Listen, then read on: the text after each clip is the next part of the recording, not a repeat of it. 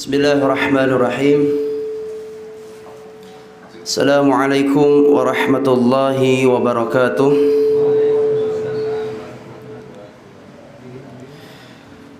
Innal hamdalillah nahmaduhu wa nasta'inuhu wa nastaghfiruh wa na'udzu billahi min shururi anfusina wa min sayyiati a'malina.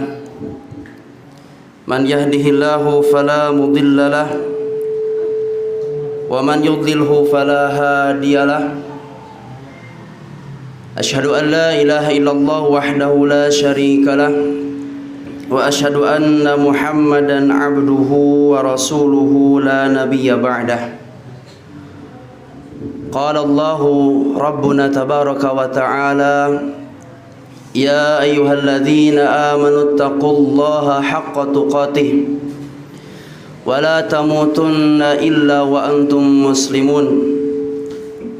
Ya ayuhan nasu taqu rabbakumul ladzi khalaqakum min nafsin wahidah wa khalaqa minha zawjaha wa batha minhuma rijalan katsiran wa nisaa'a wattaqullaha alladzi tasaaluna bihi wal arham innallaha kana 'alaikum raqiba. Ya ayyuhalladzina amanu taqullaha wa qulu qawlan sadida yuslih lakum a'malakum wa yaghfir lakum dhunubakum wa man yuti'illaha wa rasulahu faqad faza fawzan 'azima. Amma ba'd.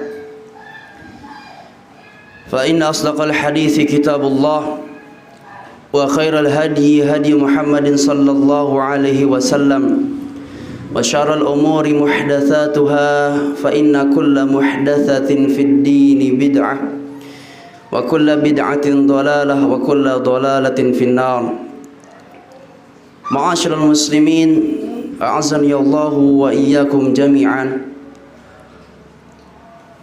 Kaum muslimin yang semoga senantiasa dirahmati oleh Allah Subhanahu wa taala.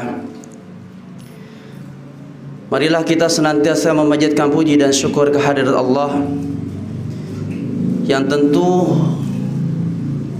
berkat rahmat, hidayah dan juga taufik dari Allah Subhanahu wa taala.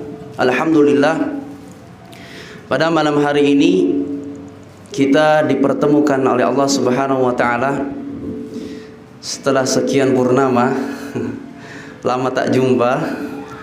Namun alhamdulillah Allah mempertemukan kita kembali dalam keadaan sehat walafiat. Mari kita niatkan kedatangan kehadiran kita ke majelis yang penuh dengan keberkahan ini, mengharapkan wajah Allah Subhanahu wa taala. Semoga pertemuan kita dicatat oleh Allah Subhanahu wa taala dan menjadi saksi di yaumul qiyamah nanti, dicatat sebagai pemberat amal timbangan kita. Amin ya Allah ya rabbal alamin. Ikhwani fillah rahimani wa rahimakumullah. Insyaallah taala malam hari ini saya akan menyampaikan sebuah pesan yang materi ini inspirasi saya adalah dari pertanyaan al-akh Pak Hasan. Saat itu pernah menanyakan tentang bagaimana mengkompromikan antara proses pencabutan nyawa bagi orang kafir yang dengan keras, namun ada juga di satu riwayat bahwasanya malakul maut mencabut nyawa orang beriman juga dengan keras, dan alhamdulillah saat itu sudah kita jawab. Sehingga kita ingin memberikan faidah secara umum kepada hadirin yang hadir di mahfalah ini tentang perjalanan seorang ketika melewati fase setelah kehidupan, setelah kematian. Ya, materi ini cukup ngeri-ngeri sedap ya, dibahas di malam hari. Bahkan tadi saya didatangi, antum dari atas sampai bawah hitam-hitam. Ya. Taib. Walaupun dalam hal pembahasan secara detail mungkin ini tidak akan kita bahas secara detail karena ini membutuhkan pembahasan yang cukup panjang. Namun insyaallah taala ma la yudraku kullu la yutraku jullu. Sesuatu yang tidak bisa kita dapatkan secara keseluruhan bukan berarti kita meninggalkan semuanya. Semoga kita dapat mengambil faidah dari pertemuan kita di malam hari ini. Kitab yang akan saya bawa di sini adalah syarah daripada kitab Lum'atul I'tiqad yang pengarangnya atau pensyarahannya adalah Syekh Muhammad bin Shalih Al-Utsaimin rahimahullah. Taib ikhwani fillah azani Allah wa iyyakum jami'an. Berbicara mengenai tahapan secara keumuman, bahwasanya setelah manusia melewati fase yang dinamakan kematian, maka akan masuk kepada fase yang namanya alam barzakh. Setelah itu akan melewati yang namanya yaumul hisab atau yaumul ba'ats, hari dibangkitkan. Kemudian selanjutnya yaumul hasyr, hari dikumpulkan di padang mahsyar, yang di sana nanti ada yang namanya al-haud, telaganya Nabi sallallahu alaihi wasallam. Kemudian nanti juga ada namanya proses persidangan al-qadha, yang di sana nanti ada al-hisab, hari penghitungan. Kemudian nanti juga ada al-mizan, hari ditimbangnya amal atau catatan. Kemudian juga nanti ada az-zulmah, fase di mana waktu zaman saat itu nanti akan gelap gulita. Barulah nanti seorang akan memasuki ke dalam surganya Allah Subhanahu wa taala bagi yang lolos setelah melewati as-sirat. Sebelum masuk ke dalam surga, ada sebagian riwayat mengatakan ada yang namanya al-qantarah. Al-qantarah ini sebagian ada yang memasukkan ke dalam bagian daripada sirat. Ya, ada sebagian lain mengatakan keluar daripada sirat. Intinya bahwasanya qantarah ini di bawahnya tidak atau bukan termasuk neraka api jahanam. Namun tahapan ini tidak ada riwayat secara khusus, yang artinya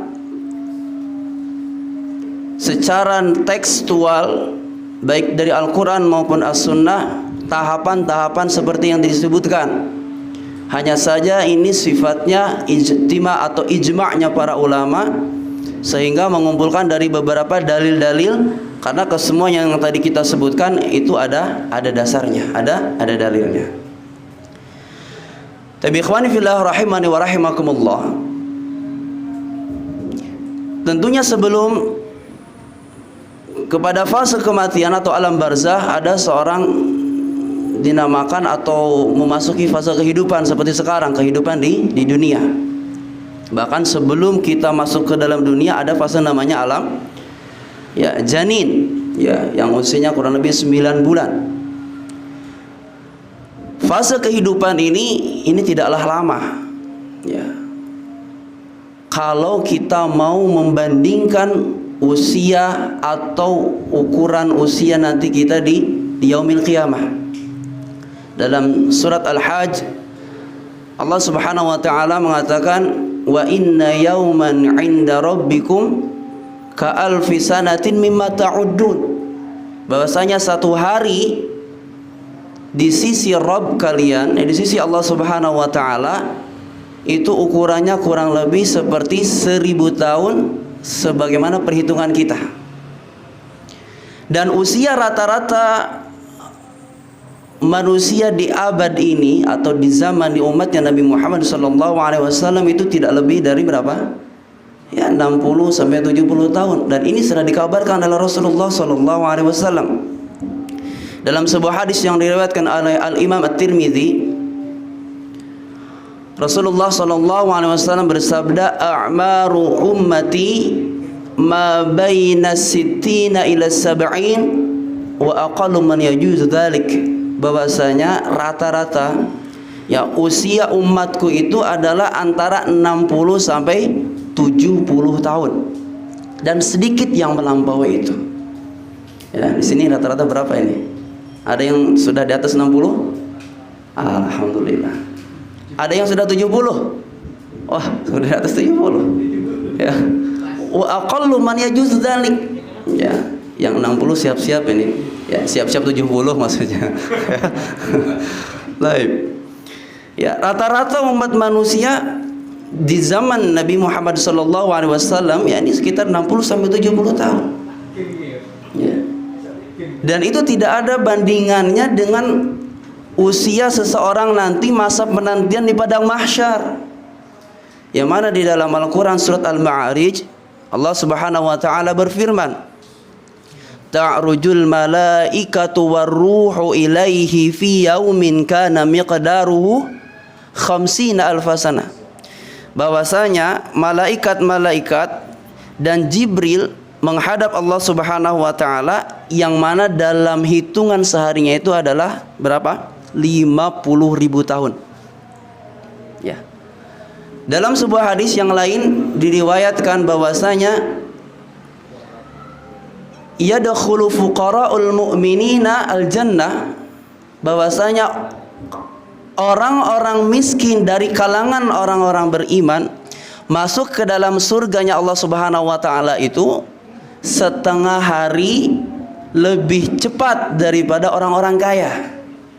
Yang mana dikatakan di sini setengah harinya itu adalah 500 tahun.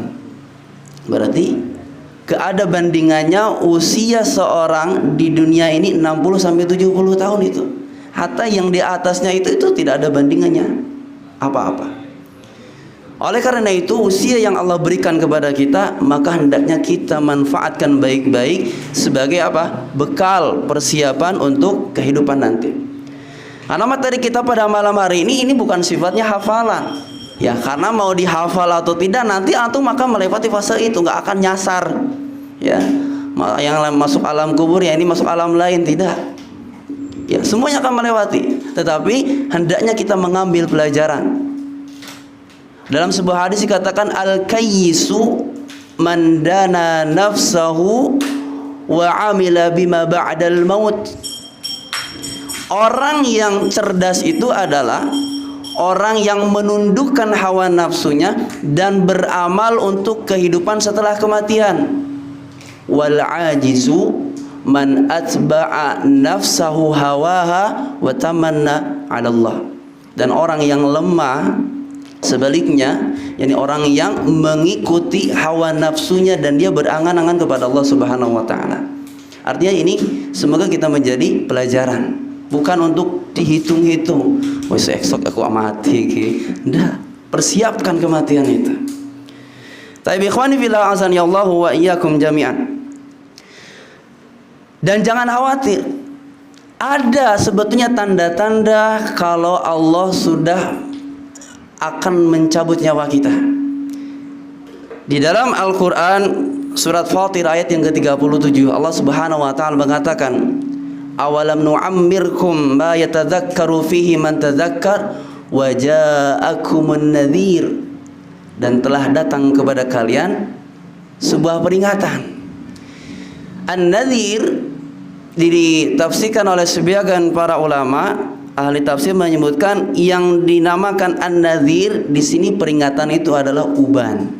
Jadi antum yang sudah beruban itu antum harus apa? Ingat mati. Ya, walaupun kematian itu tidak memandang uban. Ya, banyak sekali kejadian orang yang belum saatnya meninggal atau di usia-usia muda tapi Allah sudah lebih dahulu mencabut nyawanya. Artinya, namun hendaknya ketika seorang sudah diberikan tanda-tandanya itu, maka dia harus kembali memikirkan bahwasanya kehidupan kita itu tinggal injury time, berarti tinggal sisa waktu yang Allah berikan. Ya, makanya dalam sebuah hadis dikatakan la tanfitu syaib. Jangan kau cabut itu uban. Biarkan. Ada mungkin sebagian mengatakan saya tidak suka Ustaz kalau dibilang uban, rambut putih. Lebih lembutnya rambut putih. Ma min muslimin, tidaklah seorang muslim yashibu syaibatan, tumbuh uban illa kanat lahu nuran yaumal qiyamah, karena kalau akan menjadi apa? Penerang cahaya pada hari kiamat nanti.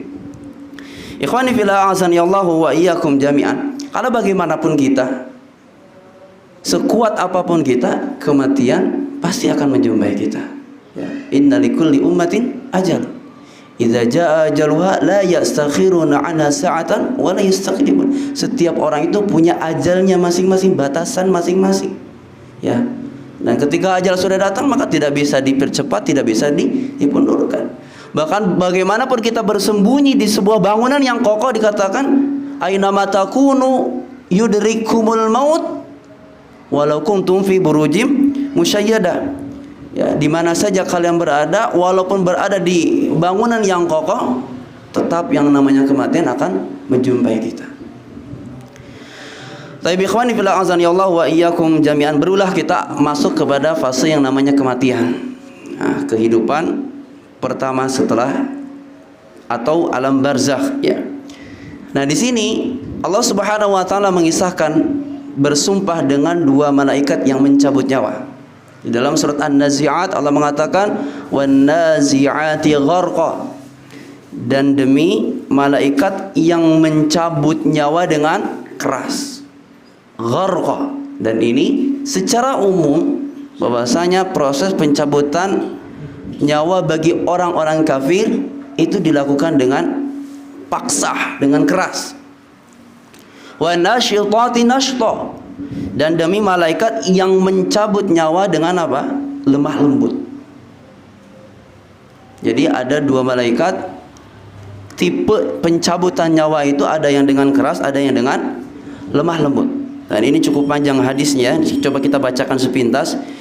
Bagaimana malakul maut mencabut nyawa orang-orang kafir. Dikatakan wa innal abdal kafir idza kana fi inqita'in minad dunya wa iqbalin minal akhirah nazala ilaihi minas sama malaikatun sudul wujuh ma'ahumul musuh fayajlisuna minhu maddal basar thumma yaji'u malakul maut hatta yajlisa 'inda rasihi fayaqulu ayyatuhan nafsul khabithah.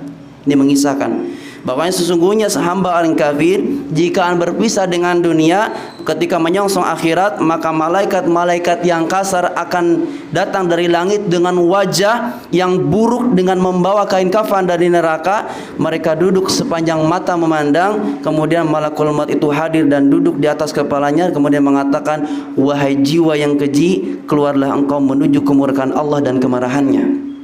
Proses pencabutan nyawanya itu seperti mencabut sebuah penggerek atau apa namanya ya, yang memiliki kail, kemudian dimasukkan ke dalam besi yang terdapat kain wol yang basah, kemudian mencabutnya dengan keras.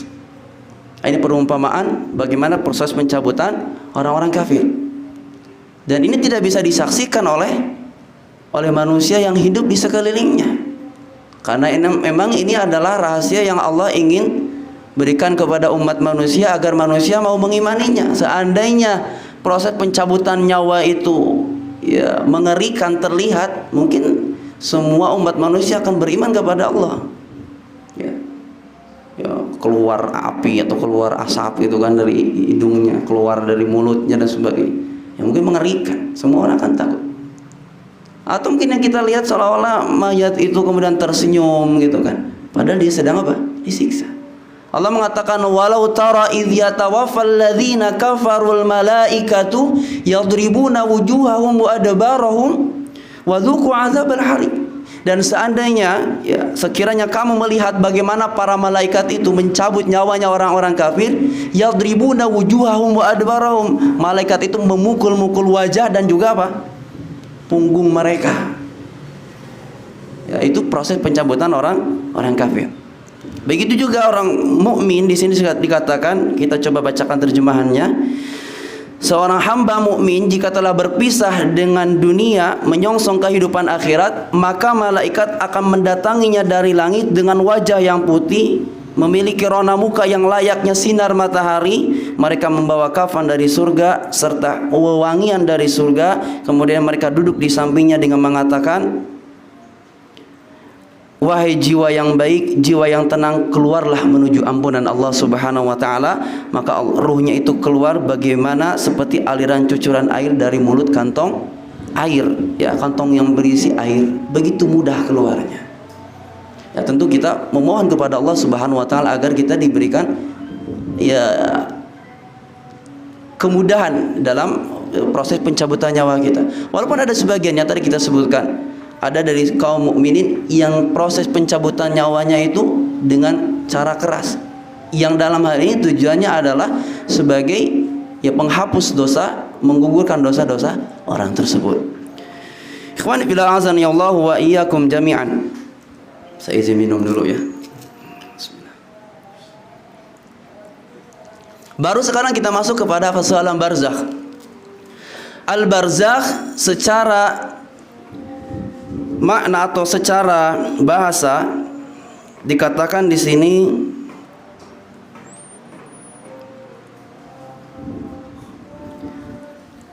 al-barzakh bermakna perantara atau pemisah. Makanya di dalam surat Ar-Rahman, marajal bahraini yaltaqiyan, kemudian apa? Bainahuma barzakhun la yabghiyan. Di antara keduanya ada pemisah. Ya, barzakh. Nah, pemisah apa? Pemisah antara kehidupan dunia dan juga akhirat. Ya, walaupun fase ini mungkin sering kita namakan alam kubur gitu kan. Ya, walaupun penamaan ini secara umum kita katakan betul karena sebagian besar manusia ketika meninggal apa? Dikubur. Makanya alam kubur. Walaupun bagaimana Ustaz ketika ada seorang meninggal misalkan di laut, meninggal di pesawat, tidak tahu bangkai apa jenazahnya di mana gitu kan, atau meninggal dalam keadaan terbakar yang tidak tersisa daripada tubuhnya, apakah akan masuk ke alam kubur? Ya memang tidak masuk alam kubur, tapi tetap masuk ke dalam alam apa? Alam barzakh. Orang kafir kan begitu, ya, meninggal dibakar, asapnya itu apa? Dimasukkan ke wadah. Ya, ada yang ditaruh di rumah buat kenang-kenangan, ada yang dibuang di laut dan sebagainya. Tetap akan masuk ke dalam alam barzakh. Ya, dalilnya apa? Dalilnya adalah tentang Fir'aun dan juga bala tentaranya yang Allah Subhanahu wa taala siksa hingga zaman ini, hingga saat ini. Allah Subhanahu wa taala mengatakan an-naru yu'raduna 'alaiha ghuduwan wa 'ashiyya. Hari ini ya, an-naru yu'raduna 'ala, neraka ini, api neraka ini dipaparkan kepada mereka, ya, kepada Fir'aun dan bala tentaranya setiap pagi dan sore hari. Wa yaumal qiyamah, dan pada hari kiamat, adkhilu ala fir'aun asyaddal azab, masukkan bala Fir'aun dan bala tentara ini ke dalam azab. Padahal Fir'aun meninggalnya di mana? Di Laut Merah. Tidak dimasukkan dikubur, tidak. Tapi di sini dikatakan bahwasanya Fir'aun dan bala tentaranya disiksa oleh Allah Subhanahu wa taala. Bahkan Fir'aun ini diselamatkan oleh Allah Subhanahu wa taala, raganya ini sebagai sebagai tanda-tanda bagi orang-orang setelahnya. Allah mengisahkan fal yauma nunajjika bi badanika litakuna man khalfaka ayah wa inna katsiran minan nas an ayatina laghafilun. Hari ini Allah Subhanahu wa taala selamatkan jasadmu agar engkau dapat menjadi pelajaran bagi umat-umat setelah kalian. Ya, sesungguhnya kebanyakan dari manusia banyak yang tidak memperhatikan terhadap tanda-tanda kekuasaan ini. Ya. Taib ikhwani fillah azani Allah wa iyyakum jami'an. Syekh Muhammad bin Shalih Al-Utsaimin di sini membawakan pembahasan tentang fase atau tahapan kehidupan ini dimulai dari fitnah kubur. Ya. Al-fitnah lughatan al-ikhtibar. Fitnah secara bahasa di sini adalah ujian. Ya. Bukan fitnah itu lebih kejam dari pembunuhan, bukan di sini. Maksudnya fitnah di sini adalah apa? Ujian. Secara bahasa, su'alul mayyit an rabbihi wa dinihi wa nabiyhi. pertanyaan malaikat, yakni malaikat Munkar dan Nakir, tentang Robnya, yakni man Rabbuka wa dinihi wa madinuka wa nabihi wa man nabiyuka. Siapa Robmu, siapa Tuhanmu, siapa nabimu, dan apa agamamu. Ini fitnah kubur. Dari sini disebutkan bahwasanya baik orang-orang yang beriman maupun orang-orang kafir akan melewati fase yang namanya fitnah kubur ini. Semuanya akan ditanya. Dan ini seseorang yang mampu menjawabnya adalah seseorang yang beriman kepada Allah Subhanahu wa taala. Jadi kadar keimanannya akan menjawabnya, bukan kadar hafalan. Kalau hafalan ya antum bisa hafal, tinggal ditulis, dihafalkan setiap malam, nanti persiapan ketika ditanya sama malaikat terus tinggal jawab gitu kan. Ya, atau mungkin ketika masuk ke dalam liang kubur dikasih keropean kertas gitu kan, dibuka gitu. Tidak bisa. Tetap kita harus apa? Beriman dan beramal soleh. Nanti itu yang akan menjawabnya, yang kita akan memberikan kemampuan untuk menjawabnya. Ada pengecualian di sini, yang tidak mendapatkan fitnah kubur itu adalah orang-orang yang mati syahid. Dan ini dikatakan, ya Rasulullah, ma balul mu'min yuftaruna min quburim ila syahid. Kenapa orang yang mati syahid ini tidak mendapatkan fitnah kubur, sedangkan orang-orang selain itu mereka mendapatkan fitnah kubur? Apa jawaban Rasulullah? Kafa bi bariqatis suyufi ala ra'si fitnah. Cukuplah kilatan pedang yang berada di atas kepalanya itu sebagai apa? Fitnah di dunia. Jadi kalau antum ingin lolos, silakan apa? Berjihad di jalan Allah. Tapi itu bukan perkara yang sepele jihad itu ya. Tidak asal angkat pedang akan babu runcing kemudian lari ke medan perang, tidak seperti itu. Ada fikih-fikihnya. Tapi adapun orang mukmin yang mukallaf atau ghairul mukallaf, di sini terdapat perbedaan pendapat. Yakni mukallaf itu yang sudah dibebani kewajiban syariat. Yang ghair mukallaf ya artinya yang belum masa balik. Wallahu alam, di sini terdapat perbedaan pendapat. Ada sebagian mengatakan ditanya dan sebagian pendapat tidak ditanya. Namun pendapat yang lebih kuat di sini dikatakan mereka semuanya akan ditanya. Kemudian ikhwani fillah azani Allah wa iyyakum, di antara hal yang memudahkan kita untuk menjawab pertanyaan itu sebagaimana firman Allah Subhanahu wa taala di dalam surat Ibrahim ayat yang ke-27. Allah berfirman, yusabbitullahu alladzina amanu bil qawli tsabiti fil hayatid dunya wa fil akhirah. Ya. Allah akan menumbuhkan iman orang-orang yang beriman dengan ucapan yang teguh itu di dalam kehidupan dunia dan juga kehidupan akhirat. Artinya apa? Yang meneguhkan jawaban seseorang ketika di dalam kubur, di alam kehidupan akhirat, karena itu masuk bagian kehidupan akhirat. Ya. Itu adalah keimanan kepada Allah Subhanahu wa taala. Di sini dikatakan bil qauli tsabiti fil hayatid dunya, mantapkan ucapannya keimanan kepada Allah Subhanahu wa taala semasa di dunianya adalah dituntun hidayah oleh Allah Subhanahu wa taala untuk mengerjakan amal soleh. Ya. Tapi ikhwani fillah azani Allahu wa iyyakum jami'an, berbeda keadaannya dengan orang-orang kafir. Kalau orang-orang kafir ketika ditanya mereka tidak mampu menjawabnya. Mereka hanya mengatakan dan ha. Ya. Sami'atun nasa yaquluna hakadza faqultu. Aku mendengar manusia mengucapkan seperti itu, aku pun mengikutinya. Hanya mereka tidak mampu menjawabnya. Itu perbedaan orang-orang kafir. Baik ikhwani fillah azani Allah wa iyyakum, alam kubur ini adalah alam yang tersendiri. Makanya ini alam kubur atau fitnah kubur atau termasuk azab kubur ini adalah perkara yang diingkari oleh orang-orang Mu'tazilah. Sedangkan Ahlus Sunnah meyakini akan adanya fitnah kubur, nikmat kubur termasuk azab kubur. Ya, dalilnya adalah yang tadi. Dan kita pun diperintahkan oleh Allah Subhanahu wa taala untuk berlindung daripada apa? Fitnah kubur, ya, siksa kubur. Sedangkan Mu'tazilah mereka tidak meyakini. Kenapa? Karena membayangkan bahwasanya alam barzah itu adalah alam kubur yang kita lihat. Ketika mereka gali tidak ditemukan benjolan dan sebagainya, normal gitu kan. Ya, walaupun ada sebagian yang Allah tunjukkan kuasanya, baru beberapa jam dikubur kemudian muncul darah segar dan sebagainya. Tapi itu hanya sedikit. Artinya mereka mengingkari. Artinya alam barzakh ini adalah alam yang Alam terpisah. Tidak usah jauh-jauh antum memikirkan alam barzah. Di dalam kehidupan kita, alam dunia saja ada yang namanya alam tidur. Ya, makanya hati-hati ini yang kajian, yang tidur, jangan-jangan nanti bangun ada di alam yang berbeda. Fokus. Ya. Alam tidur itu ada yang namanya alam mimpi. Sampai sekarang tidak ada ilmuwan yang mampu mencari di mana letak keberadaan alam mimpi ini. Ketika bangun dari mimpi, kalau mimpinya enak, kita senyum-senyum, ya mimpi kawin lagi misalkan, oh enak. Ya, di dunia nyata lempar terus pakai piring. Sedangkan di dunia mimpi ternyata kejadian. Atau ketika mimpi buruk, muncul raut wajah yang menyeramkan dan sebagainya, kita ketakutan, bahkan kita berlindung kepada Allah, berdoa dan sebagainya. Ini alam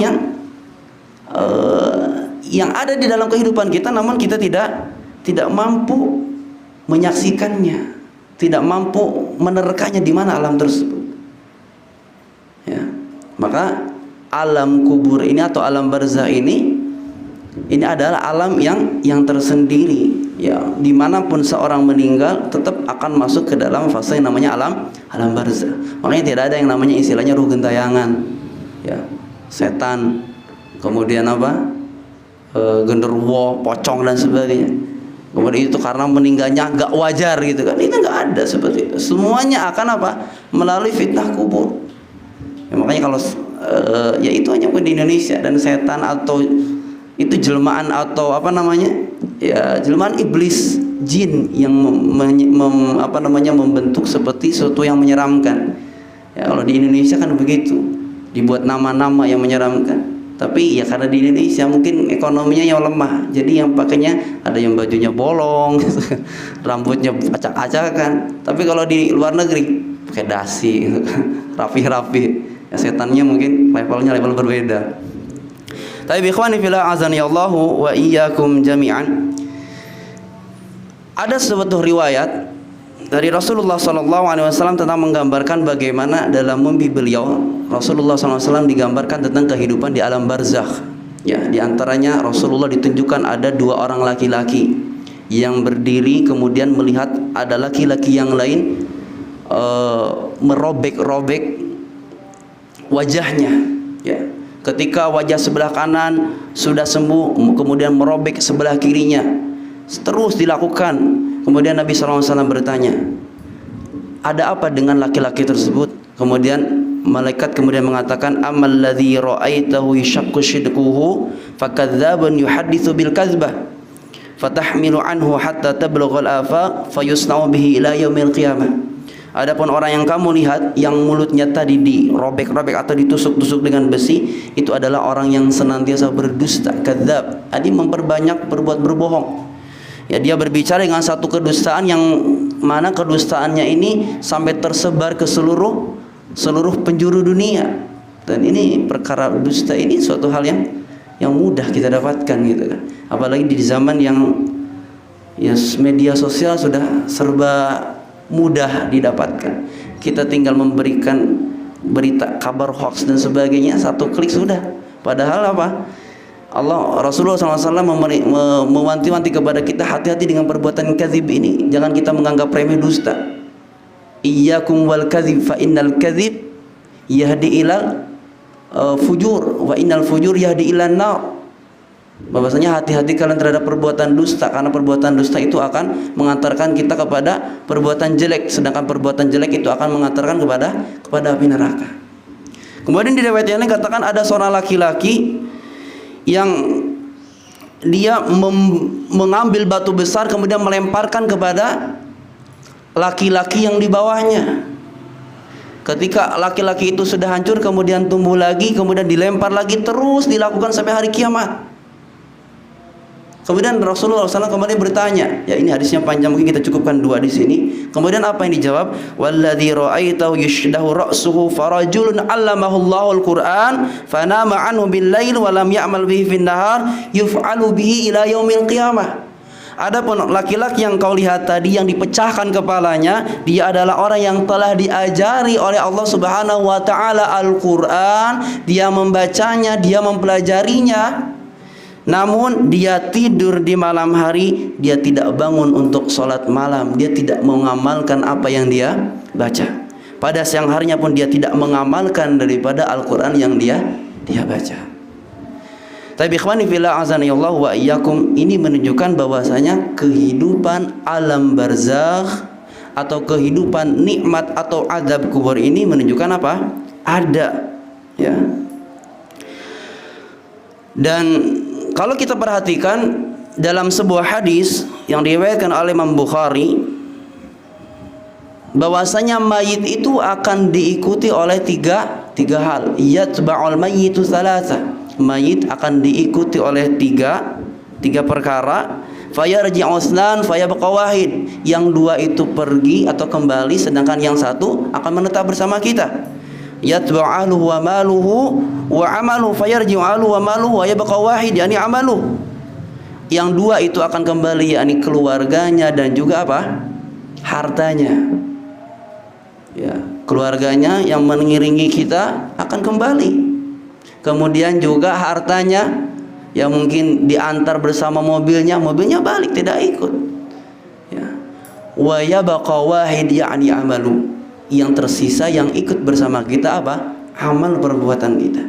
Makanya gombal itu bohong kalau ada mengatakan suami istri cinta sehidup semati. Giliran apa? Suaminya mati, istrinya apa? Ya tinggal nunggu masa iddah. Nunggu masa iddah, ya nikah lagi. Ternyata yang ngambil ya koncone dewe, temannya sendiri. Begitu juga kalau ibu-ibu istrinya yang meninggal, bapak-bapak nggak pakai masa iddah, langsung. Ya. Bahkan masih hidup pun apa? Kepengen kawin lagi. Ya. Artinya tidak ada yang abadi, semuanya akan kembali kepada Allah Subhanahu Wa Taala. Tatkala meninggal dunia, keluarga kita pasti akan meninggalkan kita.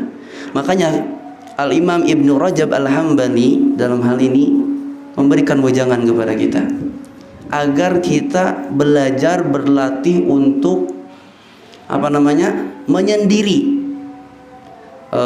Bukan ikhtilat, ya, belajar untuk menyendiri. Agar tujuannya apa? Ketika nanti kita ada di kehidupan fase alam barzakh, kita sudah terbiasa. Tapi menyendiri dalam hari ini bukan menyendiri yang tidak ada manfaatnya. Ya, karena mungkin kalau ya kadang-kadang kita bertemu dengan sanak famili, dengan keluarga, dengan rekan, dengan apa gitu kan ada unsur yang menyenangkan gitu. Tapi latih untuk kita coba menyendiri, kita bangun di tengah malam, kita sholat malam. Ketika kita berada keramaian, kita menyendiri, kita membaca Al-Quran. Karena kelak kita akan apa? Sendiri, tidak ada yang menemani kita kecuali amal perbuatan kita. Sedangkan kehidupan alam barzah, ya kalau kiamatnya dekat, kita sebentar. Tapi bagaimana kehidupan orang-orang yang sebelum kita, yang sudah meninggal puluhan, ratusan, bahkan ribuan tahun, ya, mereka sudah lama berada di alam barzah. Entah mereka mendapatkan raudhatun min riyadil jannah, taman dari taman-tamannya surga, atau hufratun min hufarin nar. Ya. Tapi tentunya kita memohon kepada Allah Subhanahu Wa Taala agar kita diberikan nikmat di alam kubur kita. Tapi baru kita akan masuk kepada fase berikutnya, hari kebangkitan, yakni yaumul ba'ats. Pada hari kebangkitan di sini terdapat khilaf di kalangan para ulama. Ada sebagian mengatakan 2 tiupan, ada sebagian mengatakan 3 tiupan. Walaupun ini tidak ada perselisihan atau pertentangan sebetulnya, karena ini tetap hitungan tiupan pertama dan tiupan kedua ini satu nama. Nafkhatul faza' itu yang pertama. Ada juga yang mengatakan nafkhatus sa'q. Nafkhatul faza' itu tiupan yang memberikan rasa takut. Kemudian nafkhatus sa'q, tiupan yang mematikan seluruh umat manusia illa masya Allah, kecuali orang-orang yang Allah kecualikan. Ya, di sini ada beberapa riwayat perbedaan pendapat. Ada sebagian mengatakan malaikat Jibril, ada sebagian mengatakan malaikat yang memikul arsy, termasuk malakul maut Allah matikan pula. Ya, atau malaikat yang meniup, malaikat Israfil maksud saya. Ya. Intinya ada berbeda pendapat. Dalilnya adalah nafkhatul faza, di antaranya Allah berfirman di dalam surat An-Naml ayat yang ke-87, wa yauma yunfakhu fis suri fasa'iqa man fis samawati wa man fil ardi illa man sya'allah wa kullun atauhu dakhirin. Dan ingatlah hari ketika ditiup sangkakala, maka terkejutlah, ya, tiupan yang tujuannya memberikan rasa takut.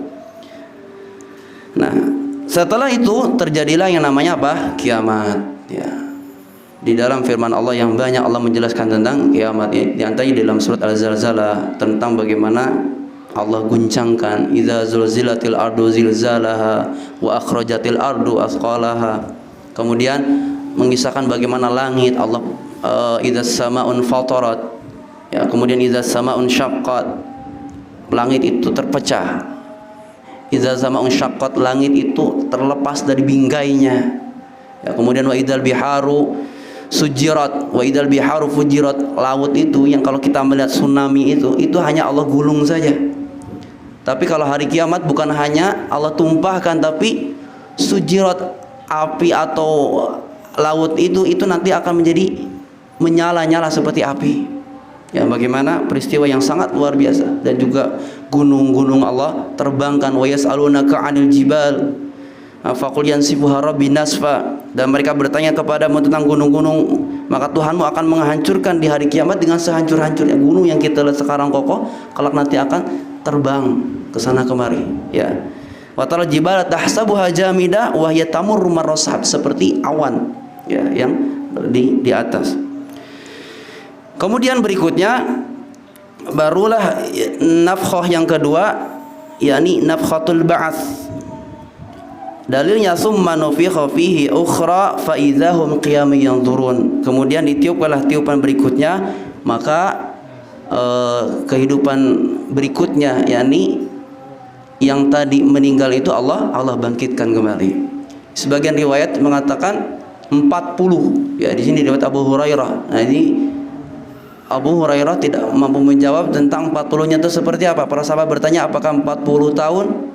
Abu Hurairah diam. Kemudian apakah 40 bulan, 40 hari atau 40 jam dan sebagainya? Tidak diketahui tentang makna 40 ini. Namun antara fase dari satu tiupan ke tiupan yang lain dikatakan yaitu kurang lebih 40. Dan nanti akan turun hujan yang nantinya menumbuhkan makhluk yang sudah Allah matikan tadi. Ikhwani fillah azanillahu wa iyyakum jami'an. Nabi SAW juga menggambarkan bagaimana kondisi manusia saat dibangkitkan saat itu.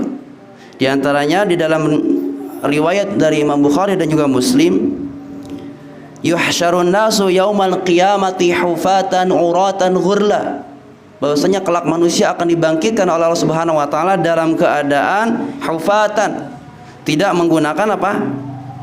Tidak menggunakan alas kaki. Auratan, tidak memiliki sehelai pakaian apapun. Kemudian juga ghurlan, tidak dikhitan. Ya, di riwayat yang lain dikatakan auratan ghurlan buhman. Buhman ini tidak membawa apapun, tidak membawa harta apapun. Sehingga harta yang kita kumpulkan, yang kita tumpuk-tumpukan semasa di dunia, kelak tidak akan memberikan manfaat kalau itu tidak kita infakkan di jalan Allah Subhanahu wa taala, tidak kita gunakan dalam ketaatan kepada Allah Subhanahu wa taala.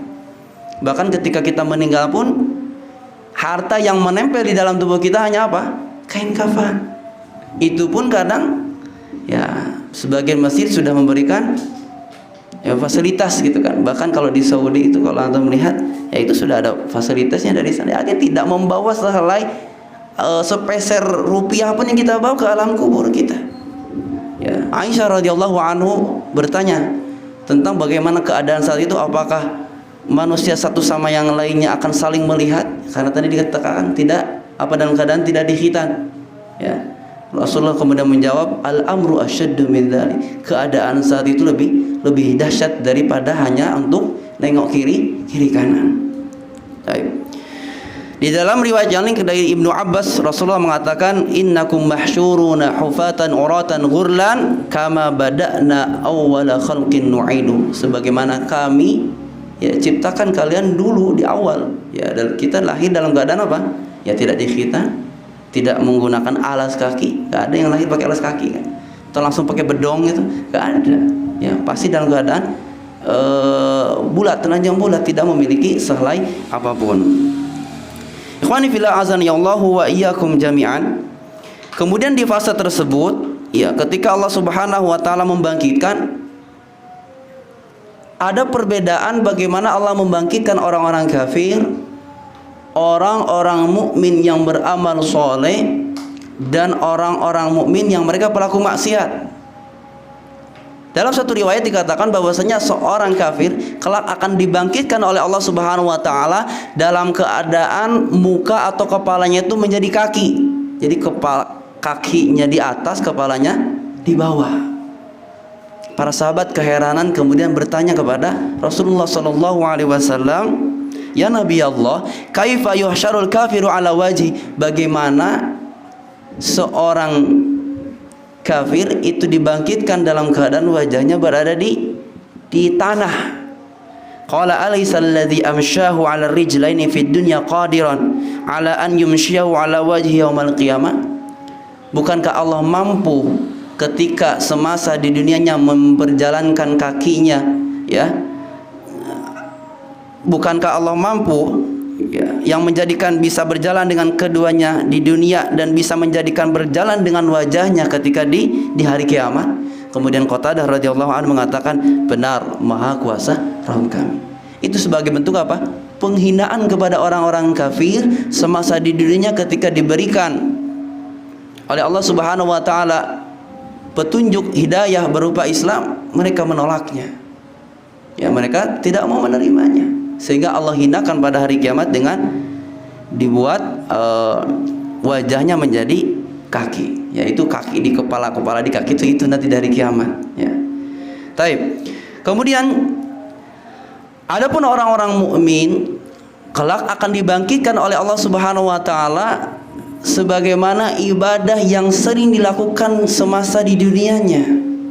Termasuk dalam riwayat dikatakan seorang yang meninggal dalam keadaan ihram, maka Allah akan bangkitkan dalam keadaan mulabbiyan, senantiasa bertalbiyah. Kemudian orang-orang yang mati syahid juga dikatakan bahwasanya walaunu launud dam warihu rihu misik, akan keluar daripada tubuhnya itu bau misik dan berlumuran darah yang darahnya itu baunya seperti bau misik. Ini orang yang mati di jalan Allah Subhanahu wa taala. Begitu juga orang yang berpuasa. Ya, orang yang berpuasa kelak akan dibangkitkan dalam keadaan mulutnya itu semerbak, tercium oleh seluruh umat manusia saat itu. Diketahui bahwasanya orang tersebut tergolong orang yang sering menjalankan ibadah puasa. Ya, la khulfatu famil shaim atyabu indallah min rihil misik. Dan ini nanti ketika di mana? Di akhirat. Jadi jangan dicoba-coba nanti bulan puasa tes ke istrinya, coba Mi, ini bau misik apa tidak? Ya, apalagi belum gosok gigi, ya nggak bisa seperti itu. Ya, tetap yang namanya perut kosong. Ya, kalau di siang hari berpuasa, ya ada bau-bau sedikit lah. Ya, makanya ada yang sampai keras gitu kan tentang tidak bolehnya menggosok gigi dan sebagainya gitu kan. Ya, wallahu a'lam bishawab. Ya, ada sebagian memperkatakan itu tidak mengapa menggosok gigi selama apalagi itu memberikan madarat kepada orang di sebelahnya. Itu lagi sholat berjamaah kiri kanan baunya nggak enak, kan mengganggu kekhusyuan. Ya. Ini perkara orang yang berpuasa. Kemudian juga orang yang senantiasa mengumandangkan azan. Ya, orang muadzin, al muadzinuna atwalun nasi a'naqan yaumil qiyamah. Orang yang mengumandangkan azan itu akan memiliki apa? Lehernya yang panjang, bukan leher panjang penghinaan seperti jerapah, bukan. Yang menunjukkan apa? Ketika semasa di dunianya dia termasuk orang yang sering mengumandangkan kalimat-kalimat Allah Subhanahu wa taala, sehingga kelak di hari kiamat dia akan dipandang oleh umat-umat manusia saat itu. Ya, dia akan terhormat karena apa? Semasa di dunia sering meninggikan kalimat Allah Subhanahu wa taala. Jadi jangan berputus asa, jangan bersedih hati, saya di masjid menjadi muadzin, toh kapan jadi imam gitu kan karena akan ada keutamaan yang Allah berikan kepada kita. Kemudian juga Perkara orang yang melakukan maksiat kelak akan dibangkitkan sebagaimana kebiasaan yang dilakukan semasa di dunianya. Ya. Dalam sebuah hadis dikatakan likulli ghadirin liwa'un yaumal qiyamah yu'arafu bi. Kelak di hari kiamat setiap pengkhianat itu akan diberikan bendera, ada tandanya. Nah, ini dulu semasa di dunianya dia penipu, ada tulisannya di belakang 378 pasalnya. Ya. Ada tanda dia penipu, dia pengkhianat, dia korupsi, ada tulisannya korupsi. Ya. Nauzubillah. Dia akan dikenal oleh seluruh umat manusia yang hadir di saat itu sebagai pengkhianat. Ya, maka kita berlindung kepada Allah Subhanahu wa taala. Kemudian juga orang yang senantiasa meminta-minta tanpa ada keperluan yang mendesak. Dalam sebuah hadis dikatakan la tazalul mas'alatu bi ahadikum hatta yalqallah wa laysa fi wajhi muz'atu lahmin. Kelak di kepalanya atau di mukanya itu tidak tumbuh sedikit pun daging. Artinya apa? Jadi hanya tengkorak. Ya, kadang kita kan gampang ya, mengemis-ngemis, meminta-minta. Apalagi kalau sekarang sudah muncul pengemis online juga. Naudzubillah. Ya. Padahal Rasulullah mengajarkan engkau pergi ke hutan, kau mengambil kayu, kemudian kau menjualnya kepada halayak ramai, itu lebih baik daripada engkau meminta-minta. Tapi sekarang lebih mudah duduk di pinggir jalan di lampu merah daripada harus mencari kerja. Tapi ikhwani fillah azani Allah wa iyyakum jami'an. Kemudian juga perkara orang yang sombong semasa di dunianya. Orang yang sombong semasa di dunia Allah akan bangkitkan dalam keadaan ketika di hari kiamat kecil seperti seekor semut yang namanya semut gak kelihatan, tinggal apa? Diinjak-injak oleh umat manusia saat itu. Ini menunjukkan apa? Allah menghinakan orang tersebut ketika semasa dirinya dia menyombongkan apa yang dia milikinya. Dibalas oleh Allah Subhanahu wa taala di hari kiamat dengan apa? Dijadikan seperti seekor semut yang kecil kemudian diinjak-injak oleh umat manusia. Kemudian juga tentang orang yang memiliki istri lebih dari satu. Ya, ada di sini. Ya, niat mah sudah ada Ustaz. Banyak. Ya, orang yang poligami, orang yang memiliki istri lebih dari satu, dalam sebuah hadis dikatakan man kanat lahu imra'atan famala ila ihdahuma jaa yaumal qiyamah wa shiqquhu ma'il. Barang siapa yang memiliki dua istri kemudian ia cenderung kepada salah satunya, maka ia akan datang pada hari kiamat dalam keadaan bahu sebelahnya itu apa? Miring, sengklek. Ya. Ini kalau dua, kalau tiga, kalau empat, nggak adil. Gimana? Sengkleknya kemana itu? Kanan, kiri, depan? Bingung. Ya. Makanya kalau antum sudah ada niatan, persiapkan segala sesuatunya. Tidak hanya modal nekat saja, harus siapkan. Ya termasuk finansialnya, termasuk juga bagaimana antum pendidikannya, mendidik untuk istri yang kedua dan sebagainya. Kemudian termasuk nanti akan masalah keadilannya. Kalau antum tidak adil, maka siap-siap akan mendapatkan kisah seperti ini. Ada seorang ikhwah pernah bercerita kepada saya. Ya di malam hari ya biasa kan suami istri itu kan ngobrol dengan sebelum tidur. Nah, udah mulai pembahasan panas masalah apa? Poligami. Si istri ini hafal hadis ini. Man kanat lahu imra'atan, barang siapa memiliki dua perempuan, kemudian condong kepada salah satunya begini-begini. Ternyata di pagi harinya dia ketika bangun, ya biasa kan kadang-kadang kalau salah posisi tidur gimana? Ya miring gitu kan. Akhirnya dia bangun dalam begini. Kemudian istri mengatakan, benar apa kata saya kan. Belum juga di akhirat Allah sudah tunjukkan kepada antum. Walaupun cerita ini sebetulnya tidak berpengaruh ya pada niat atau tekad-tekad antum semua yang ingin, ya fadhol silahkan ya. Saya tidak melarang atau tidak menganjurkan, ini adalah bagian dari sunnah. Namun antum harus siap apa? Konsekuensi dengan adilnya itu. Baik. Ikhwani fillah azani Allah wa iyyakum jami'an. Kemudian di padang mahsyar tentu kita mendapat riwayat banyak ya tentang bagaimana jarak antara matahari dengan seseorang yang dikumpulkan pada saat itu. Kemudian juga mencakup nanti bagaimana keringat yang didapatkan. Ada sebagian mengatakan sampai ka'bain, yakni mata kaki. Ada sebagian mengatakan sampai lutut. Kemudian ada sebagian mengatakan sampai pinggang, ada yang tenggelam dengan keringatnya. Itu tergantung keimanannya masing-masing. Dan juga ada sebagian yang mendapatkan naungan, ya, sebagaimana kita ketahui ya dalam sebuah hadis yang panjang, ya, sab'atun yudhilluhumullahu fi dhillihi yauma la dhilla illa dhilluh. Ada 7 golongan yang kelak akan mendapatkan naungan di saat tidak ada naungan selain naungan dari Allah Subhanahu wa taala. Di antaranya adalah imamun adil, ya, imam yang adil, pemimpin yang adil. Ini berat. Pemimpin yang adil ini diletakkan di pertama. Ini menunjukkan bahwasanya ketika dia berbuat adil, maka tidak hanya kebahagiaan itu dirasakan oleh dirinya, tetapi dirasakan oleh ratusan, ribuan, bahkan mungkin jutaan umat manusia. Karena apa? Kebijakan yang dia buat sehingga memberikan maslahat kepada khalayak ramai. Makanya diletakkan di poin pertama. Akan tetapi ancamannya pun tidak kalah dahsyat kalau seorang pemimpin itu tidak ahli. Dalam sebuah riwayat dikatakan dia tidak akan mencium baunya surga. Na'udzubillah. Kemudian juga dikatakan apa? Wa syabun nasya'a fi ibadatillah, seorang pemuda yang semasa mudanya dia hidup dalam ibadah kepada Allah. Kalau lihat yang sudah top, ya, tua ompong peot, kemudian hadir kajian, ya dia sudah ingat mati gitu kan. Tapi kalau ada pemuda yang hadir, nah ini pemuda berapa orang yang muda aja di sini ya? Kebanyakannya yang sudah berusia. Tapi syabun nasya fi ibadatillah, dia bersemangat untuk beribadah kepada Allah di saat apa? Godaan yang super dahsyat di luar.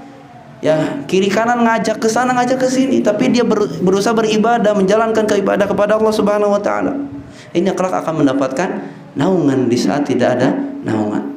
Ya, terus gimana Ustaz, saya sudah tua apa dapat naungan? Ada poin-poin yang lain, tenang aja, nggak cuma syabun. Antum jadi pemimpin dalam keluarga adil, insyaallah akan mendapatkan naungan juga di saat tidak ada naungan selain naungan dari Allah.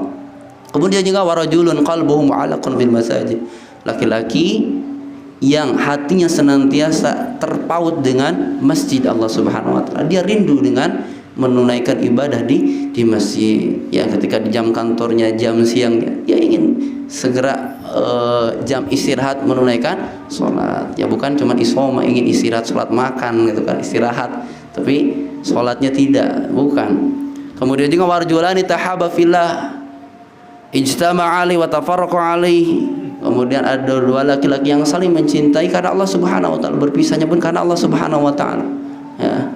Di sini katakan 2 insan yang saling mencintai karena Allah. Ya, semoga kita yang hadir di sini, kehadiran kita, kedatangan kita ke majelis ini didasari atas saling cinta karena Allah Subhanahu wa taala. Maka semoga kita pun mendapatkan naungannya Allah Subhanahu wa taala. Kemudian juga warajulun da'athu imra'ah zatu mansibin wa jamal faqala inni akhafullah.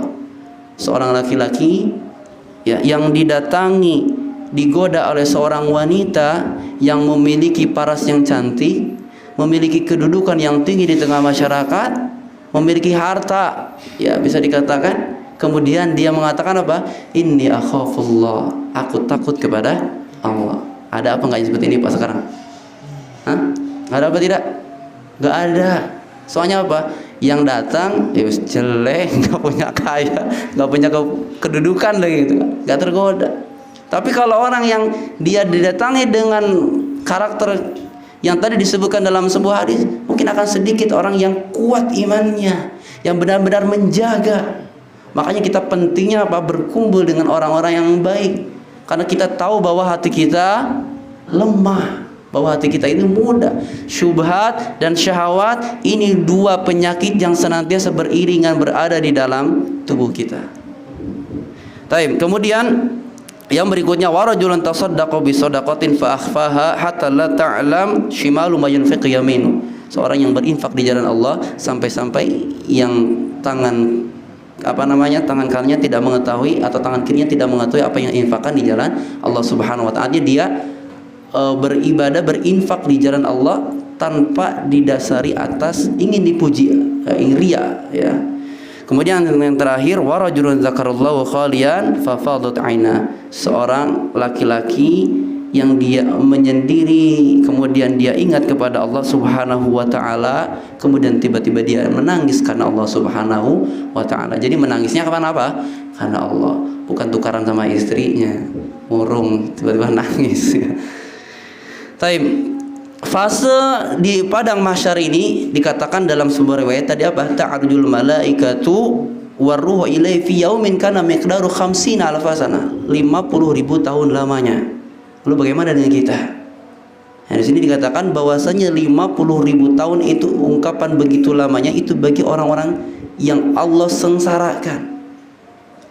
Bagi orang-orang yang orang-orang kafir yang Allah hinakan saat itu. Karena proses penantiannya yang sangat lama.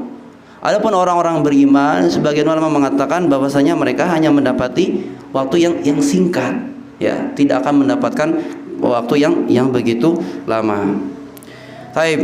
Tatkala manusia sudah dikumpulkan di padang mahsyar, barulah mereka ya sudah dalam keadaan payah, ya, sudah menanti kapan ini dimulai persidangan gitu kan. Mulai muncul ya capek dan sebagainya, barulah mereka meminta syafaat kepada para anbiya. Ya, di sini lumayan panjang hadisnya disebutkan ya, bahwasanya mereka dalam keadaan payah datang kepada Nabi Adam alaihissalam, kemudian mengatakan, tidakkah engkau melihat keadaan kami susah payah dan begini dan begitu, ya, tidakkah engkau memintakan syafaat kepada Rabbku? Kemudian Nabi Adam alaihissalam mengatakan bahwasanya dulu aku pernah diperintahkan untuk tidak boleh mendekati pohon, kemudian aku mendatanginya, maka diperintahkan untuk pergi ke nabi yang lain. Kemudian datang ke depan Nabi Nuh, mereka memuji-muji Nabi Nuh dengan mengatakan, engkau adalah rasul pertama, ya, engkau adalah termasuk orang yang pandai bersyukur. Kemudian Nabi Nuh pun memiliki udzur, tidak bisa memberi karena berbagai alasan yang disebutkan dalam sebuah hadis. Kemudian datang kepada Nabi Musa, Nabi Ibrahim, kemudian datang kepada Nabi Musa, datang kepada Nabi Isa, hingga akhirnya datang kepada Nabi Muhammad sallallahu alaihi wasallam. Kemudian Nabi sallallahu alaihi wasallam datang kepada Allah Subhanahu wa taala hingga di bawahnya arsy bersujud kepada Allah Subhanahu wa taala. Kemudian Allah Subhanahu wa taala memujinya, kemudian lantas menurunkan syafaatnya sehingga dimulailah proses yang namanya apa? Persidangan. Itu yang dinamakan apa? Asy-syafa'atul 'uzma. Ya, itu syafaat khusus bagi Nabi sallallahu alaihi wasallam untuk dimulai persidangan. Sampai jam berapa nih, Pak? Sampai jam berapa?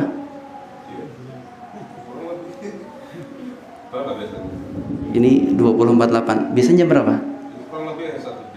Oh, 1 jam. Kalau 1 jam ini sudah. Tadi kita mulai 44. Tapi ya ini masih panjang sebetulnya. Ya, ini baru kita masuk kepada padang mahsyar. Hah? Sampai subuh. Tapi ini ya kurang lebih seperti itu ya. Ini baru kita masuk kepada alam mahsyar. Kemudian nanti di padang mahsyar juga nanti dimulai persidangan. Ya, di sini sebuah riwayat dikatakan bahwasanya di padang mahsyar di hari persidangan itu tidak hanya manusia yang nanti akan dihisab atau disidang oleh Allah Subhanahu wa taala, tapi bahkan hewan-hewan pun nanti akan disidang. Ya, dikatakan di sini wa idzal wuhusu husyirat. Ya, binatang-binatang yaitu akan dikumpulkan. Ya, la tu'addunal huquqa ila aliha yaumal qiyamah hatta yuqala lisyatil jalha minasyatil qarna. Bahwasanya semua itu akan dikumpulkan dipenuhi oleh hari kiamat, hak-hak mereka hingga kambing bertanduk akan dituntut dibalas oleh kambing yang tidak bertanduk. Nah, ini menunjukkan keadilan Allah Subhanahu wa taala. Tetapi yang membedakan adalah mereka ketika sudah selesai Allah Subhanahu wa taala berfirman kepada mereka, kuni turaba, jadilah kalian tanah. Ya, fadzalika, sehingga orang-orang kafir saat itu mengatakan, ya laitani kuntu turaba, jadilah seandainya aku menjadi tanah seperti mereka. Itu suatu hal hasya wa kalla, tidak akan mungkin ya, karena mereka adalah hewan, sedangkan semua umat manusia akan diberikan balasan sebagaimana apa yang dilakukan semasa di dunianya. Tapi kita akan persingkat. Setelah itu, setelah masuk ke persidangan, nanti ada yang namanya al-hisab. Ya, al-hisab, hari perhitungan, hari audit amal ibadah kita. Yang mana di saat itu nanti ada namanya hisaban yasira atau hisaban yang munaqasyah. Maka kita berdoa kepada Allah, Allahumma hasibni hisaban yasira. Ya Allah, berikanlah kepadaku hisab yang mudah. Ya, hisab yang mudah itu adalah Aisyah pernah bertanya, apa yang maksud hisab yang mudah? Engkau diberikan kitab catatan amalnya, kemudian Allah Subhanahu wa taala atau Allah memaparkan kesalahan-kesalahan kita, kemudian Allah mengampuni saat itu. Itu hisab yang mudah. Tapi kalau hisab yang munaqasyah itu detail sekali, ya. Allah tanyakan semasa di dunianya apa yang dilakukan sampai itu dipermalukan di depan halayak ramai di tengah-tengah umat manusia saat itu. Karena dalam sebuah hadis dikatakan man husiba yaumal qiyamati uzib. Barang siapa yang dihisab secara detail pada hari kiamat, ya tinggal dia menunggu perhitungannya Allah Subhanahu wa taala. Kemudian nanti ada proses penerimaan catatan amal, ya, catatan amal ibadah. Ada yang dengan tangan kanannya, ada yang menggunakan tangan kirinya, ada yang sebagian dari belakang, ya. Ini untuk mengkompromikannya. Ada sebagian mengatakan mengambil tangan kirinya kemudian masuk ke dalam dadanya, kemudian sampai menembus dadanya, kemudian mengambil dari belakang. Ya, ada sebagian mengatakan mengambil dari belakang. Ini artinya bentuk penghinaan yang Allah berikan pada orang-orang kafir dan juga orang-orang pelaku maksiat. Kemudian dari fase al-hisab tadi itu setelah diklasifikasikan amal soleh dan amal kejelekannya, nah kemudian nanti barulah namanya al-mizan. Al-mizan ini hari ditimbangnya umat manusia atau amal ibadah. Di sini ada perbedaan pendapat. Ada 3 pendapat yang mengatakan diantaranya yang ditimbang itu yang pertama adalah catatannya. Kemudian ada sebagian pendapat ya dalilnya adalah tentang kisah seorang yang laki-laki yang dijelaskan, dipaparkan, ditanya tentang apa yang dilakukan, tidak ada kebaikannya sama sekali. Nah, ini hadis bitokoh, ya, hadis kartu yang terdapat tulisan la ilaha illallah. Ketika diletakkan di atas mizan, ya, namanya mizan ini memiliki 2 kifah, 2 ya kiri kanan gitu sebutnya lebih mudahnya. Satunya amal kejelekan yang dia lakukan di dunia, kemudian satunya kitab atau tulisan kartu bitokoh ini. Ternyata bitokohnya ini kalimat tauhidnya ini lebih berat. Ini menunjukkan bahwasanya amal atau buku catatannya yang ditimbang. Kemudian riwayat yang lain amal ibadahnya yang ditimbang. Yang ini yang diingkari oleh orang Mu'tazilah. Karena bagaimana mungkin amal, sholat, ucapan, akhlak ditimbang? Nah, ini yang diingkari. Tapi ya kita mengimani kepada dalil. Rasul mengatakan kalimatani khafifatani ala lisan, saqilatani fil mizan, habibatani ila rahman, subhanallah bihamdi subhanallahil azim. 2 kalimat yang ringan diucapkan tapi berat di atas timbangan, ya, dicintai oleh Allah Subhanahu wa taala, subhanallah bihamdi subhanallahil azim. Ini menunjukkan bahwasanya nanti amal juga yang ditimbang, ya. Kemudian juga akhlak, ma syai'un asqalu fil mizan minal mu'min yaumal qiyamah min khuluqin hasan. Tidaklah yang lebih berat di atas timbangan kecuali akhlak yang baik. Ini menunjukkan akhlak yang ditimbang. Kemudian ada sebagian mengatakan badan kita yang ditimbang, ya. Makanya ada riwayat dikatakan kelak akan ada seorang yang berbadan gemuk kemudian ditimbang tapi tidak memiliki nilai di sisi Allah Subhanahu wa taala. Karena apa? Karena tidak ada amal ibadah di dalamnya, tidak ada amal kesolehan. Begitu juga riwayat ketika para sahabat mentertawakan kakinya Abdullah bin Mas'ud yang memiliki kaki yang kecil. Kemudian Rasulullah mengatakan, mimma tadhawun, apa yang kalian tertawakan? Lidiqqati saqaihi, karena kecilnya kaki Abdullah bin Mas'ud. Kemudian apa dikatakan oleh Rasulullah? Walladzi nafsi biyadi lahuma athqalu fil mizan min Uhud. 2 kaki Abdullah bin Mas'ud ini ketika ditimbang nanti itu lebih berat daripada gunung Uhud. Ya, ini menunjukkan apa? Badan kita yang akan ditimbang. Wallahu a'lam bishawab. Ya, sebagian ulama mengkompromikan ini semuanya akan ditimbang, semuanya akan dihisab atau ditimbang di yaumil qiyamah nanti.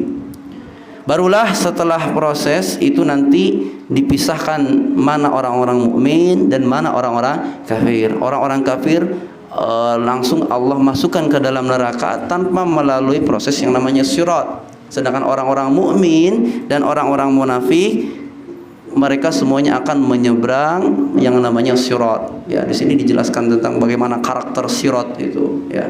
Kemudian ada proses yang namanya az-zulmah. Az-zulmah ini kegelapan. Jadi ketika menyeberang ini dalam keadaan gelap, ya Allah membekali cahaya orang-orang beriman, dan termasuk orang-orang munafik di situ juga mereka akan melewatinya. Makanya dikisahkan di dalam Al-Qur'an, yauma yaqulul munafiquna wal munafiqat lil ladzina amanu unzuruna naqtabis min nurikum qila irji'u wara'akum faltamisu nura. Mereka orang-orang beriman itu berjalan di depannya, kemudian orang-orang munafik itu berjalan di belakangnya, karena nanti sebagian mereka tuh akan memiliki cahaya masing-masing. Ya, ada sebagian cahayanya itu setinggi pohon kurma. Intinya banyak, ada bahkan yang cahayanya tuh hanya muncul di jempolnya saja, di kaki jempolnya. Kadang murup, kadang mati gitu kan. Ketika Allah berikan cahaya, dia nyala, dia bisa berjalan. Ketika mati, ya dia tidak bisa bergerak, kan dalam keadaan gelap, tidak terlihat apapun. Ya, lalu kan bagaimana Ustaz? Di bawahnya kan ada api jahanam, api neraka yang menyala-nyala. Kenapa kalau tidak terang gitu kan? Api saat itu menjadi hitam saking apa? Saking panasnya. Ya kalau kita kan gelap, ada api, ya terang gitu kan. Kalau di yaumil kiamat nanti di atas sirat tidak seperti itu. Nah, orang-orang munafik yang di belakang ini dia minta kepada orang yang di depan, bagi dong cahayanya biar saya juga bisa ikut jalan, kata orang munafik. Ya, yukhadi'un Allah wa huwa khadi'um. Ketika di dunia dia menipu Allah dan menipu orang beriman, sekarang Allah balas di yaumil qiyamah nanti di atas sirat tadi, mereka disuruh kembali kepada belakang, cari sendiri sana apanya? Cahayanya. Mereka tidak akan mendapatkan cahaya. Barulah mereka orang-orang yang Allah selamatkan, mereka akan masuk ke yang namanya qantarah tadi. Di qantarah ini Allah mengangkat dari dalam diri seseorang sifat-sifat buruknya. Ya, karena mungkin ya ketika fase itu yang namanya menunggu itu kan biasanya nggak enak, lama itu kan ada perasaan jengkel, ada rasa marah, ada rasa cemburu, ada rasa iri dan sebagainya. Allah mengatakan wa nazza'na ma fi suduri min ghillin ikhwanan ala sururin mutaqabilin, dan kami lenyapkan segala rasa dendam yang berada di dalam hati mereka, sedang mereka merasa bersaudara duduk berhadapan di atas dipan-dipan. Ya, jadi tidak ada lagi rasa cemburu, tidak ada lagi rasa semuanya sudah serba positif ketika masuk ke dalam surganya Allah Subhanahu wa taala. Nah, di situ ada sebagian riwayat mengatakan ada yang namanya Ashabul A'raf. Ashabul A'raf ini adalah orang-orang yang timbangan amal kebaikan dan amal jelekannya itu imbang, remis, ya, pas sama. Lalu bagaimana mereka kedudukannya? Itu dinamakan Ashabul A'raf. Ini dikisahkan di dalam surat Al-A'raf. Ya, mereka bisa melihat penduduk surga dan juga bisa melihat penduduk neraka. Ya, terbayang-bayang ketika melihat penduduk surga meminta kepada Allah agar disegerakan masuk ke dalam surganya. Ketika melihat penduduk neraka, ngerinya begitu dahsyat, dia berlindung kepada Allah agar dia tidak dimasukkan ke dalam neraka. Namun di akhir kehidupannya Allah Subhanahu wa taala hanya memasukkan mereka semuanya ke dalam surganya Allah Subhanahu wa taala. Taib ikhwani fillah azani Allah wa iyyakum jami'an. Nah, tepat jam 9 ya. Mungkin ini yang bisa kami sampaikan. Intinya pertemuan kita malam hari ini sebagaimana kita sampaikan di awal, bahwasanya al-kayyisu man dana nafsahu wa amila lima ba'dal maut. Pelajaran kita malam hari ini bukan untuk kita menghafalkan urutannya, karena tidak akan ditanya tentang bagaimana urutannya nanti, tidak ada ujiannya gitu kan. Tapi yang akan ditanya itu adalah tadi soalul mayyitnya tadi. Sehingga hendaknya kita memikirkan kehidupan kita, hendaknya kita mempersiapkan bekal terbaik untuk kehidupan kita. Karena yang namanya kehidupan, kita tidak tahu kapan ajal mendatangi kita, sehingga persiapkan baik-baik. Semoga Allah Subhanahu wa taala menutup kita, usia kita dengan dalam keadaan yang baik, dalam keadaan husnul khatimah, dan Allah memudahkan kita menuju jalan di antara jalan-jalan surganya Allah Subhanahu wa taala. Aqulu qouli hadza wa astaghfirullah li wa lakum. Mungkin ini yang bisa kami sampaikan, kurang lebihnya kami mohon maaf. Gimana Pak? Ada pertanyaan?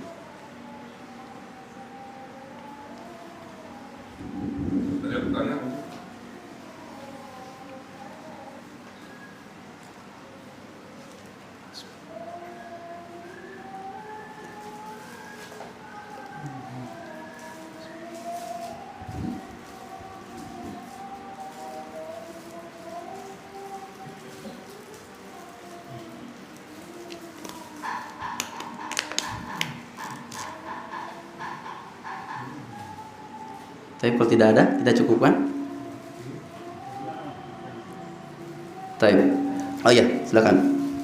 Memang tidak pernah tahu ya dulu, cuma melihat pernah berita atau medsos. Apakah ada jaminan kalau yang ada semua jenazah ini setelah beberapa tahun kayak kafannya masih utuh, itu ada jaminan nggak memang si mayat ini atau jenazah ini tidak ada sisa di dalam badan? Terus kedua, apakah ada dalil untuk yang menemukan jenazah itu untuk mengganti kain kafan? Apakah ada dalil? Terkait pertanyaan pertama, tadi kita sampaikan bahwasanya ada terkadang tanda-tanda yang ingin Allah tunjukkan kepada umatnya agar mereka mau mengambil pelajaran. Namun tanda-tanda tersebut wallahu alam kita tidak temukan dalil bahwasanya ketika seorang kemudian dikubur kemudian tidak dimakan oleh hewan-hewan misalkan dan sebagainya itu pertanda baik bagi dia, itu tidak ada dalil satupun. Namun ada satu dalil yang menunjukkan bahwasanya jenazah atau mayatnya para anbiya itu tidak dimakan oleh sebutlah hewan bumi gitu kan, tidak dimakan oleh bumi. Nah, itu ada dalilnya. Ya, itu jelas para anbiya. Adapun ya walaupun mungkin dia tergolong orang-orang soleh, ya kadang-kadang kan setelahnya itu muncul kisah-kisahnya kan dikaitkan dan sebagainya. Namun itu tidak menjadi sebuah pertanda kalau hal tersebut menunjukkan bahwa jaminannya adalah surga misalkan. Begitu juga kalau kita temukan misalkan karena ada kebutuhan misalkan untuk otopsi dan sebagainya, kemudian ternyata ditemukan sudah membusuk dan sebagainya padahal baru saja, itu pun tidak menunjukkan bahwa fisiknya diadab dan sebagainya itu menunjukkan penduduk neraka gitu kan. Nah, itu tidak ada dalil seperti itu. Hanya saja dalam sebuah hadis dikatakan ketika seorang di alam kuburnya dia akan ditunjukkan tempat kembalinya. Nah, itu ada. Hanya dia ditunjukkan ketika dimasukkan ke dalam alam kubur, ditunjukkan tempat kembalinya, dia diperlihatkan surganya sehingga dia memohon kepada Allah Subhanahu wa taala agar disegerakan gitu kan. Kemudian dalam satu riwayat yang lain ada laki-laki yang melihat tempat kembalinya itu ya tempat kembalinya adalah neraka. Kemudian dia meminta kepada Allah agar ditangguhkan karena dia mengetahui bahwasanya siksaan yang dia dapatkan akan lebih pedih. Ya, itu riwayat yang kita temukan. Namun secara fisik kemudian dua tanda yang berlawan ini itu sebuah tanda yang baik, itu tidak ada dalil secara khusus. Tapi kemudian yang kedua tentang dalil penggantian kain kafan, ya mungkin kita mengambil sisi baiknya dalam hal ini, ya dalam hal memindahkan, ya tentunya tidak ada kewajiban atau tidak ada keharusan, tapi yang kita ambil di sini adalah bagaimana seorang mayat yang jika itu kemungkinan bisa untuk kita tambahkan, kita berikan kain kafan, ya itu ahsan, lebih baik tentunya, agar tidak menimbulkan fitnah gitu kan. Namun kalau misalkan tidak terlalu berjauhan dan kemudian hanya jarak, ya itu tidak ada keharusan atau tidak ada kewajiban harus diganti kain kafannya. Tadi lebih kepada menghindari fitnahnya saja. Wallahu a'lam bishawab.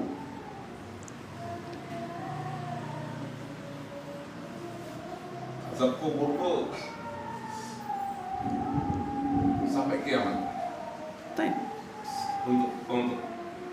Untuk orang yang diazab di kubur itu terus menerus sampai kiamat, seperti yang kalau nggak salah ada masih untuk tadi yang Fir'aun berikut dengan bala tentaranya akan diazab sampai hari kiamat. Itu berlaku untuk orang kafir semua apa angkaran mas itu aja?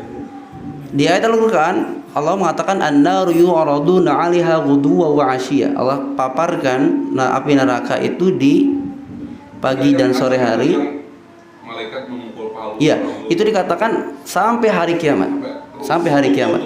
Utuh terus, berlaku terus sampai hari kiamat. Betul. Makanya kita sampaikan bahwa alam barzakh ini ada kehidupan yang tidak sebentar dibandingkan dengan kehidupan dunia. Sehingga ketika orang mendapatkan nikmat dia seolah-olah sebentar. Ada sebuah riwayat mengatakan seperti itu. Ketika dia mendapatkan azab, dia akan terus diazab sampai hari kiamat. Ini sebagai bentuk kehinaan yang Allah berikan kepada dia. Ya tidak hanya bagi orang kafir. Orang mukmin yang dia pelaku dosa, termasuk diantaranya ada sebuah riwayat ketika Rasulullah SAW melewati kuburan, kemudian mendapati ada yang sedang diazab, kemudian sampai Nabi SAW memotong sebuah pelepah, kemudian menancapkannya sebagai bentuk semoga Allah meringankan. Dan ini khususan bagi Nabi SAW. Ini menunjukkan bahwasanya azab kubur itu senantiasa ada. Ya, itu karena perkara yang apa? Yang sepele. Ya karena apa? Ya kurang bersih dalam istinja, dan juga perkara namimah. Ya. Terus ya. Terus Allah akan berikan azabnya sampai hari kiamat. Ya ada sebagai riwayat mengatakan ya wallahu a'lam bishawab tentang keutamaan di bulan Ramadan. Kita katakan ada sebagian riwayat tentang di bulan Ramadan, apakah itu termasuk juga di Allah berhentikan azab kubur? Hadza wallahu a'lam bishawab. Ya, intinya keadaan tersebut itu akan senantiasa berlanjut sampai hari dibangkitkan. Dibangkitkan bukan istirahat, nanti akan masuk kepada fase yang lebih dahsyat lagi. Allahu a'lam bishawab. Ustaz pernah dengar nggak ayat ini? Saya nggak pernah baca ya. Artinya pada saat disangkakan Allah, Allah katakan ada dialog ini. Siapa yang mau ngagetkan aku gitu? Waktu saat disangkakan Allah, yaumul ba'ats tadi, pada saat itu kaget, penduduknya kubur itu kaget. Jadi ada Allah katakan ada nggak tuh? Ayat apa tuh? Pernah nggak? Kalau Al-Quran saya belum menemukan, namun ada satu hadis. Ada orang pertama yang akan mendengar tiupan itu, ya karena malaikat Israfil ini termasuk malaikat yang tugasnya adalah memikul arsy. Jadi saat itu sudah siap menunggu perintahnya Allah Subhanahu wa taala untuk meniupnya. Bahkan sekarang sudah persiapan, tinggal nunggu kapan, ya. Tinggal nunggu perintah Allah Subhanahu wa taala.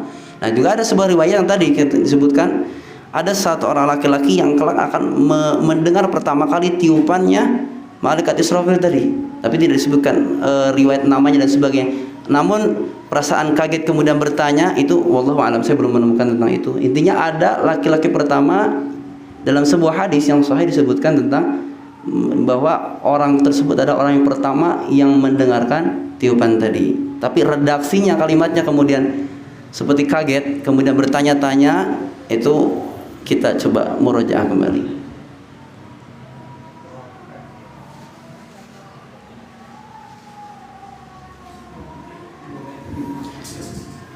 Taib cukup? Ya, sudah jam 9:10. Taib kita tutup dengan doa kifaratul majlis. Subhanakallahumma wa bihamdika asyhadu an la ilaha illa anta astaghfiruka wa atubu ilaik. Assalamualaikum warahmatullahi wabarakatuh.